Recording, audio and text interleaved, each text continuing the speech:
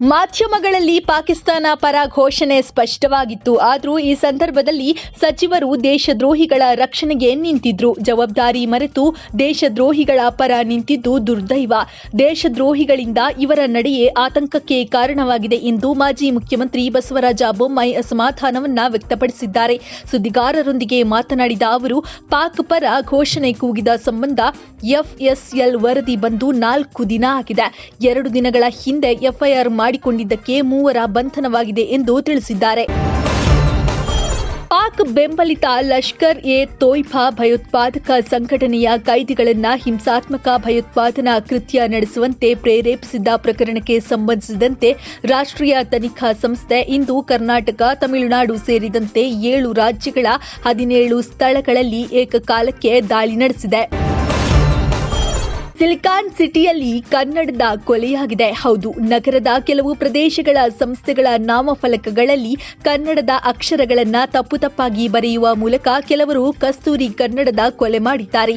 ಅದರಲ್ಲೂ ಅನ್ಯ ಭಾಷಿಕರೇ ಹೆಚ್ಚಾಗಿ ವಾಸಿಸುವ ಎಂಜಿ ರಸ್ತೆ, commercial street, airport road, residency ಮತ್ತಿತರ ಪ್ರದೇಶಗಳಲ್ಲಿ ಈ ರೀತಿಯ ಅನ್ಯಾಯವಾಗಿದೆ.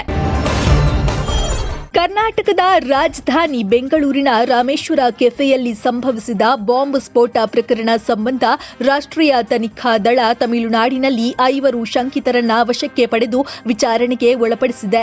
ಕಳೆದ ರಾತ್ರಿ ಚೆನ್ನೈನ ಸಾಯಿದಾದ ಪೇಟೆಯಲ್ಲಿ ದಿಢೀರ್ ದಾಳಿ ನಡೆಸಿದ ಎನ್ಐಎ ಅಧಿಕಾರಿಗಳ ತಂಡ 5 ಶಂಕಿತರನ್ನ ವಶಕ್ಕೆ ಪಡೆದು ರಹಸ್ಯ ಸ್ಥಳವೊಂದರಲ್ಲಿ ವಿಚಾರಣೆಯನ್ನ ನಡೆಸ್ತಾ ಇದ್ದಾರೆ.